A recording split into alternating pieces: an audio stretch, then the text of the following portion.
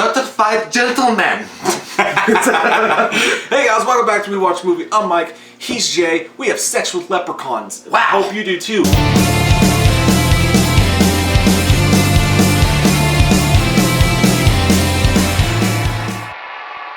We have been, as a horror community, deprived of our serial killers for so long that when we get a fresh of breath air, that didn't even make sense. Breath of fresh air. That's what I meant. Mentos, the fresh maker. We got it. Hey, you know what? I felt like when I left the theater watching this film with the girl I was on a date with. How you doing? Hey, Cassie. I can say that. I can say that. I felt like my boy. No, I felt like my boy. I felt like that. Christopher Walken in the Fat Boy Slim when he's like doing the dance. But I left because I was like, those that walk without rhythm won't get the worm. Is it The Strangers? No. Like, it's not. The Strangers itself, the original Strangers, it will always have an indelible part in our hearts and farts forever. It's very unique and special, and it didn't necessarily need a sequel, doesn't need to be remade, nothing. It's very nice the way it is. But when they do this in this film, it's amazing. I mean, it really, I gotta just lay it out and say that they did a fantastic job with bringing these characters to life in a world, a society of today, and doing an amazing job and throwing it back to the 80s. If it had been placed in 1989, I think it would have even been better. It's The Strangers in a Trailer Park was the idea, which sounds like it's just going to be another version of The Strangers, but it's not. You know what? It's not even a home invasion movie. This family's going up there because they're shipping their daughter off to private school, and they're stopping to see some family first, and they're having all these problems, which almost relates back to the first one, because when you meet Scott Speedman and Liv Tyler, they just broke off their marriage. She just said yes. Fuck you. Well, he asked her to marry him, but she said no. She said yes. She just said yes. It never would have happened. Never. But in this, the family's at ends because their daughter's fucking up, which it pissed me off. The parents pissed me off because they're doing all this shit and they're taking her to private school, and you think she's done something awful, but all they ever mention is that she skipped school and smoked some cigarettes. I'm like, give her a chance, Steven. Why are you doing this, Steven? I made you breakfast, and we were eating, and No. scramby eggs, and no, I'll fix this, Steven. I can fix it. I can make it cool again. But the text of the screen when it first comes on, dude, I swear to Christ, it's all that orange shit. When the movie first started, and you got the black, and then the music comes on a little bit, you hear it, and then the lettering's coming out. I don't know why, man. I had a flashback, and I felt really fucking nice and secure in myself. Very nice.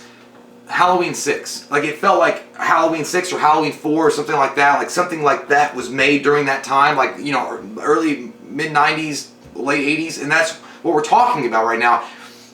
And I know it's a horror movie. I get it. I never was scared. And I've mentioned this before, The Strangers never scared me. It was a great, amazing premise.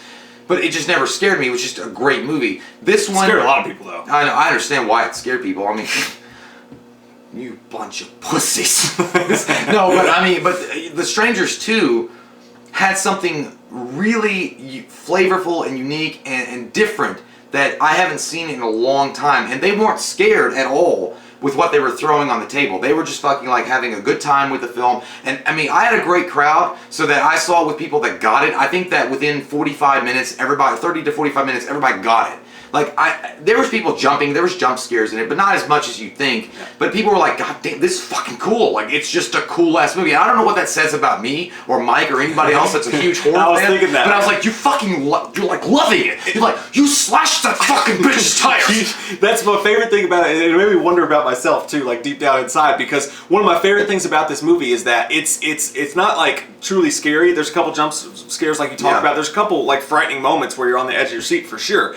But what's great about this movie is it knows what it is. It's depraved as fuck. The way it throws you back into those 80s slashers sequels is that you're almost rooting for the Strangers. Yeah, I was. I mean, I don't know why, but I wanted to. And they're hardcore. They fuck with these people really bad, and when they do, you're so entertained, and I just love the fact that it knows what it is. It's not trying to be heady. It's not trying to be smart. It's not really even trying to scare you. It's just like, here is a fucking 80s slasher sequel from top to bottom, and it's gonna piss people off. The people who hate this movie are gonna be, I think, the people who go to the movie theater wanting to be scared. Like, especially people who aren't like huge slasher fans and stuff like that, who are thinking, oh, this is a sequel to The Strangers, maybe I'll go and it'll be a really scary movie. It'll be a Conjuring type thing, and it's not that at all. So I think those people are gonna be disappointed, and they're going to give it bad reviews. Yeah. But if you're a fan of just entertaining, because it's just entertaining. That's it. It's not scary, but it's fucking entertaining. If you love and not 80s horror slashers, but 80s horror slasher sequels. Like just having a good time at the movie. It's like a really good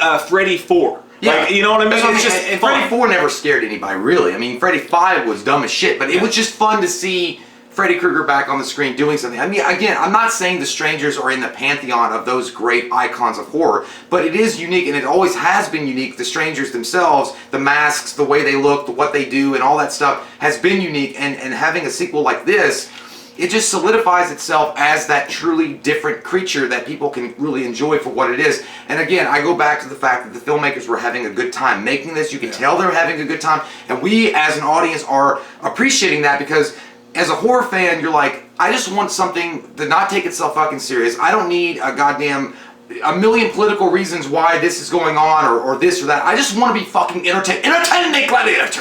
And they did. They do a great job. The Coliseum was fucking lit, and I was having a good time. You guys were having a good time. He was having a good time. Your dog was great, and everything was happy. Soundtrack-wise, like, this is the horror version of Guardians of the Galaxy, or even what they did with Suicide Squad, where they incorporated the music into it. They did that with a horror movie here, and it's fucking fantastic.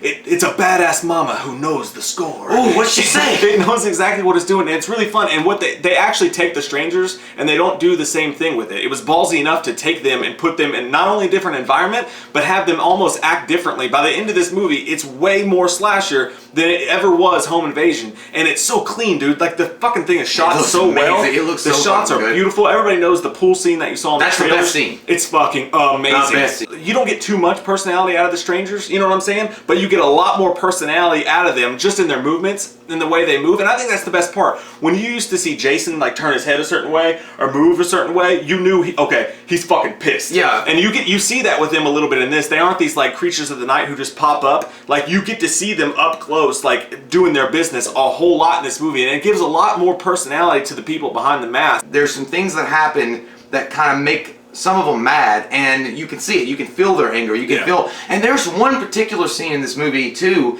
that showcases just how fucked up they are. That they really get off on the fact that they torture you. That this is just something that makes their boners stick up all the way for next week. No. But thanks for noticing. Your turn. And I like that. I like the fact that they showcase that more. And you know, that 10-day weather report, Bo. And again, I know we're fucked up. We all are fucked up. Horror fans like us, we need to be in the asylum and have an injection in our butthole every day, because this is a problem. But I think that we all deal with shit in our life. We deal with work, we deal with school, we deal with whatever, our breakups or whatever. And you go and see this, you're like, I just want to rip them the fuck apart. Beat me! And you get this experience in the theater, and you're just having a great time. But the tone of it is suggesting to the audience, and it's telling you, like, it's okay to have fun, you know? Yeah. It's okay to have a horror movie that's not going to play on political fears or social commentary or anything like that. It's going to be a very straightforward thing, and we're going to have a good time doing it, and we're going to have a good time telling that story, and you guys are invited for, along for the ride, and by God, they fucking did it, and I give you goddamn cookie woman! What you mentioned about feeling sick, because when I'm watching it, I'm knowing, like, I know that these guys aren't going to say anything. They're not going to have a purpose. Yeah. They're just there to kill, and I almost enjoy that. And when it makes you feel bad about it, I want to point to a tweet I saw the other day that Ryan Turek, producer of Halloween, retweeted from the director of, I think it's Sinister, and he tweeted, he was like, "What people a golden rule of horror is that, horror directors they hate violence. Like, they're scared of it. Like, they hate it so much that they have to create alternate... I completely stay away from it. They have to create alternate realities just to deal with the real world. And I think that that's where that kind of love of this kind of movie comes from. It's going to piss some people off because they're going to go, this is just a sick, depraved movie with no point.